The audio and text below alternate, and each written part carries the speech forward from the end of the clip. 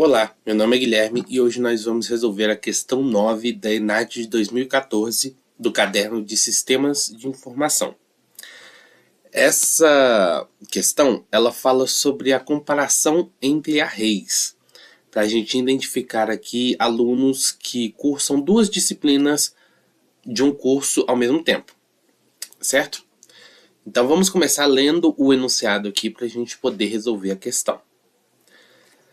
Vamos lá, questão 9. Considere uma situação em que um professor que queira saber se existem alunos cursando ao mesmo tempo as disciplinas A e B tem implementado um programa que 1. Inicializa um array A de 30 posições que contém as matrículas dos alunos da disciplina A. 2. Inicializa outro array B de 40 posições que contém as matrículas dos alunos da disciplina B. E 3. Imprime a matrícula dos alunos que estão cursando as disciplinas A e B ao mesmo tempo.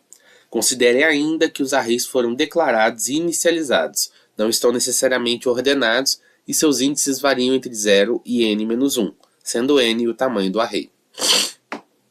Aqui a gente é dado um código, né? Dois loops for aninhados. O de fora ele vai até a posição 29 e o de dentro vai até a posição 39, certo? E com base nessas informações, conclui-se que o trecho a ser incluído nas linhas 3, 4 e 5 do código acima, para que o programa funcione corretamente, e aqui nós vamos analisar cada uma dessas alternativas aqui, para ver qual delas é a certa, beleza? Vamos lá então, qual que é a descrição do problema? A gente compara dois arrays para encontrar matrículas comuns a duas disciplinas usando lógica de programação, é coisa básica. Esse código ele utiliza dois laços aninhados, certo? Dois fors. Isso significa que cada elemento do array A ele vai ser comparado com todos os elementos do array B. Então a gente precisa encontrar valores iguais nesse array, certo? Dois laços for aninhados são usados para comparar cada elemento de um array com todos do outro array, garantindo verificações completas. Então a gente vai comparar realmente todos, de cada um dos arrays.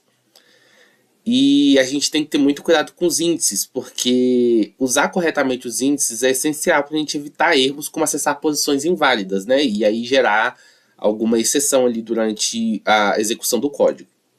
E o nosso resultado esperado, como apresenta na descrição da atividade, da questão, é a gente imprimir corretamente as matrículas encontradas em ambos os arrays, indicando os alunos matriculados nas duas disciplinas, certo?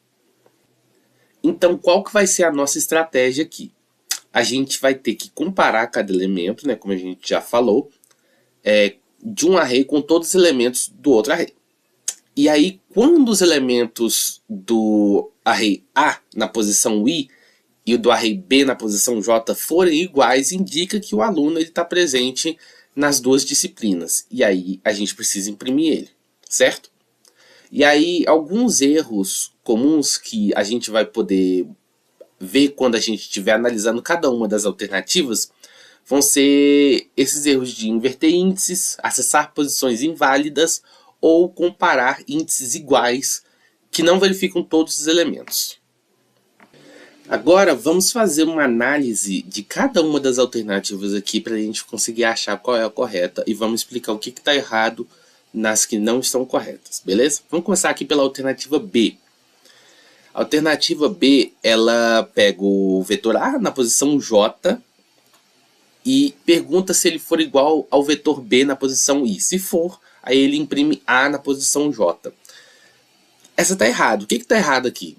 A gente tem um erro de índice. Esse A na posição J, ele acessa posições inválidas.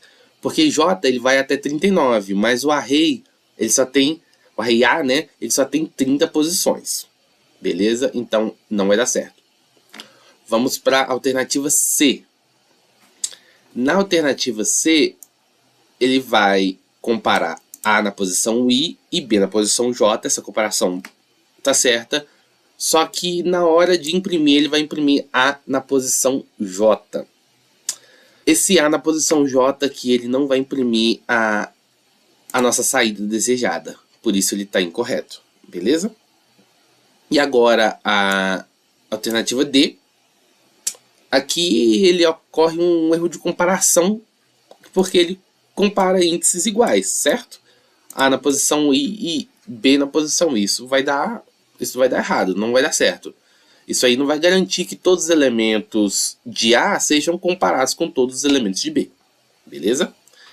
E agora a alternativa E, ela também está incorreta, porque além dela comparar índices iguais aqui, né, ela está comparando J com J, né, essa alternativa ela vai acessar posições inválidas do array A, já que J vai até 39, certo?